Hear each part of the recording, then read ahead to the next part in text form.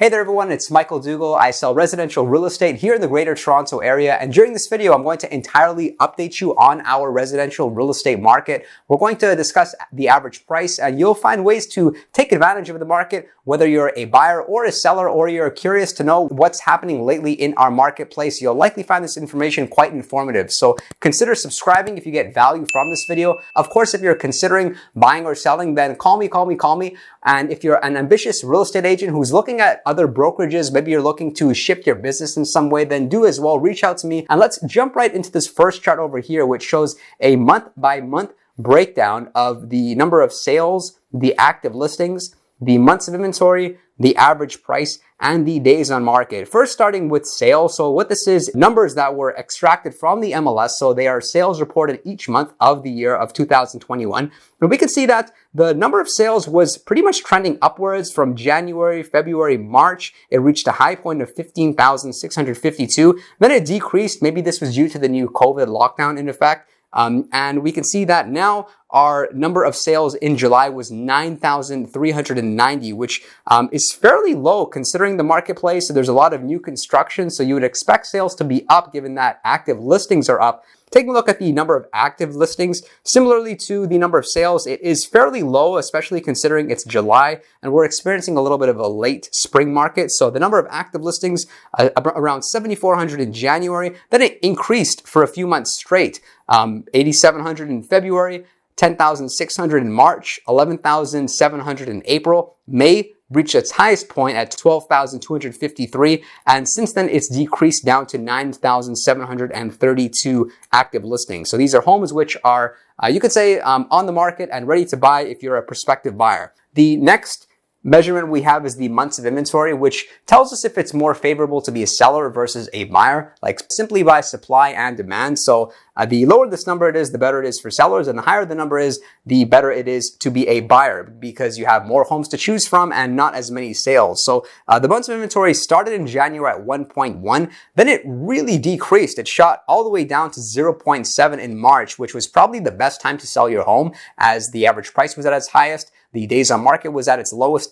and the months of inventory was as well at its lowest. And since then, it's, you can say, slowly been increasing. Now we're at 1.04 months of inventory, but this is still swinging in the direction of being way more favorable it is for sellers versus buyers, as pretty much anything with a months of inventory any lower than 2 means that you'll be seeing a lot of bidding wars and a lot of properties selling within the first week of being listed on the market. Next, we have the average price, and this trended upwards from January to March, very similar to how the months of inventory decreased. So it started at $967,000 in January, and then since then, like February onwards, it's always been over $1 million, which is pretty much the new normal here in Toronto, being over $1 million, especially when it comes to like detached homes or large semi-detached homes that have a garage. So the average price was $1,045,000 in February, increased again to $1,097,000, slight decrease to $1,090,000 in April, then it increased to its highest point at $1,108,000 in May.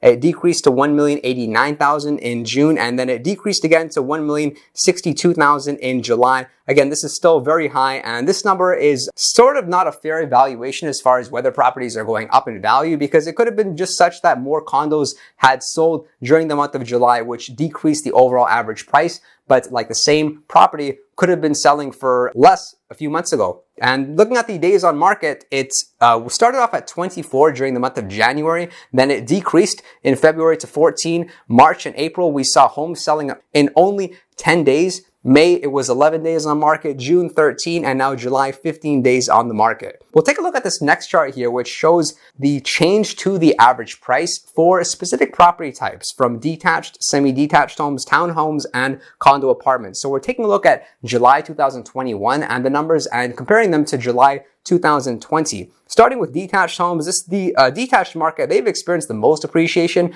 Homes have appreciated by 22% on average. In July 2020, it was $1,154,000, but July 2021, $1,405,000 is the average price, which is very high and very abnormal. Next, looking at the semi-detached homes, in July 2020, they were selling at $915,000. In July 2021, the average semi was selling for $1,027,000, which is a 12% increase. Next, taking a look at townhomes, the average price has as well increased. The average home was selling for $733,000 in July 2020, now $849,000 in July 2021, which is a 16% increase. And condo apartments, they've finally seen some appreciation, which is great news for all you condo homeowners. In July 2020, the average condo was selling for $635,000.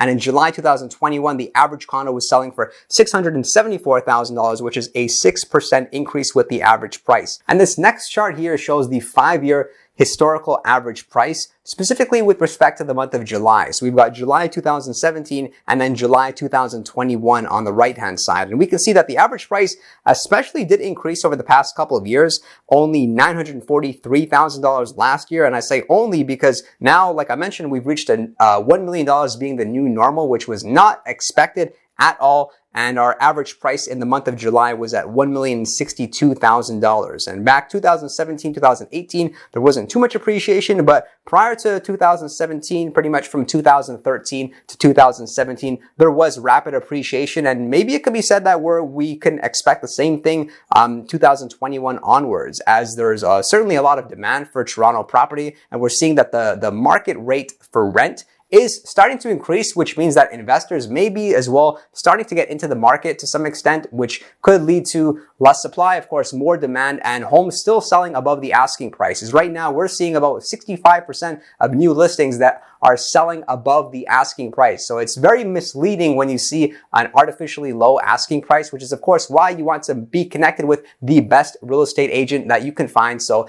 if you are considering buying or selling, then call me. I'm looking for ambitious real estate agents at the brokerage I'm with as well. So if you're considering a brokerage switch, then reach out to me. My contact information is in the description box below. And if you did get value from this video, please do consider supporting the channel by clicking subscribe and give the video a like. And I'll look forward to seeing you all next time.